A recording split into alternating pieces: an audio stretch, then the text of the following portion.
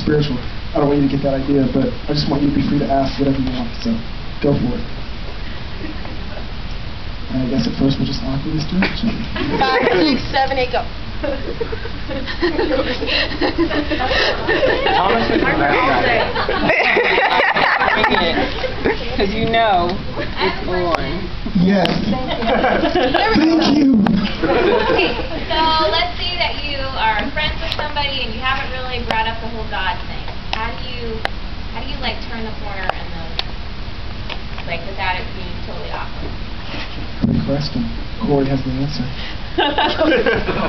Okay, I know I'm a pretty awkward person anyway, but I'm totally one of those people that will randomly, I will find a way to bring up God in a conversation. Like if we're sitting taking a test, my friend's like, oh man, the stupid teacher gave us another stupid test. I'm like, yeah, the other day I was at church and our pastor was talking about this one time when he had a stupid test in school. And I'll be like, what? And I'll be like, Jesus loves you. No, okay, not that awkward. But I'll totally bring it into a normal everyday conversation. Yes, I do the awkward eyes. Did you know that God loves you? No, I definitely find ways to bring like Jesus into everyday conversations because it's not something that shouldn't be a part of your everyday talk. Like, I know that it's hard for us to get to that point where, you know, like talking about God just flows naturally, but until you actually start talking about God, it's never going to flow naturally. So like you need to be the one to interject it into conversations. Even if it's just like you're talking to your friend and you're like, how are you doing?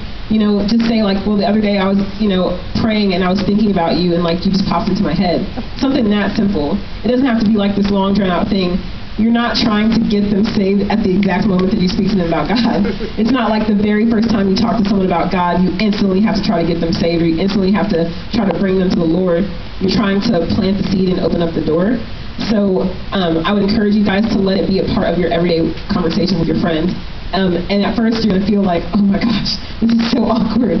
But like I said, you're not trying to get them saved. You're not trying to like give them their ticket to heaven right away.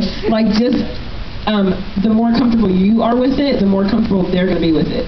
Like, I have plenty of friends who do not believe in Jesus, but they know that I do because I constantly talk about it. And it's not something where everything that comes in my mouth is like, Jesus, Jesus, how you doing, Jesus, Jesus, Jesus, Jesus. It's not like that. It's just like if we're talking and hanging out, it's going to come up at least once, you know? I'm going to make sure that I'm representing what I believe because it's a part of me. It's the same way, like, if I'm talking to my friends and we're talking about music, you will hear me talk about the same bands over and over again because I love them. If you hear me talking about music and you don't hear me talk about Mumford & Sons, something's wrong. That means I'm sick, you know? It's like one of those things. People know you, like they know what you like and they know what you're into by what you talk about. You know, if you've got plugs in your ears or gauges in your ears, people know that because they're going to be like, oh, what's that? And you're going to tell them about it. You're not going to be like, stop staring at my ears. It's the same thing with Jesus. Like, people are going to know it by how much you talk about it, by how you live your life through it. And it's not one of those things where you need to carry around your Bible waving it like some random flag. It's supposed to be a part of you, like Jesus is in you. So whether or not you have something in your hand, he's in your heart. So you have to let that show by every day, just constantly making it part of your life. Yeah. And let me just, that's loud. Let me just say this though, like, if you feel like, oh man, the whole Jesus thing is awkward, Matt always says this to our team, he's always like, it's only awkward because you made it awkward. Yeah. It really is. Like, honestly, and it still applies to that, like, it's only awkward because you make it awkward. And we do. Like, we get, like, all weird about Jesus, like, oh my goodness, he just said that, man. You know? Like, he's the one friend we don't hang out, like, the friend you hang out with when no one's around. We treat him like that. But, man, like Corey was saying, be comfortable about it. Like, if that's something that's a part of your everyday life, it doesn't have to be weird. It can just, it's second nature to you. It's something we talk about. And you'll notice pretty quickly that people aren't going to be like, oh my gosh, you just said Jesus. They're not going to care. They're going to be like, oh, okay. That's a part of who you are. And they're going to accept you for that. So, yeah. Don't say that name! If that happens, we'll come back quicker. You guys pretty much. Yeah, I guess that way. We're like, no. Anybody else have a question?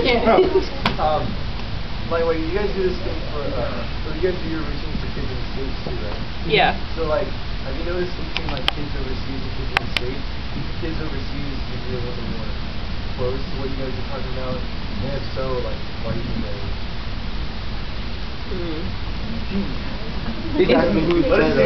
For me, it's kind of weird. Like, I think that kids over here are more accepting of us as being hype, like they're super excited about that because they don't get anything. You know, like military kids are like, the last time I saw anything that close to resemble a celebrity was the last time I watched AFN.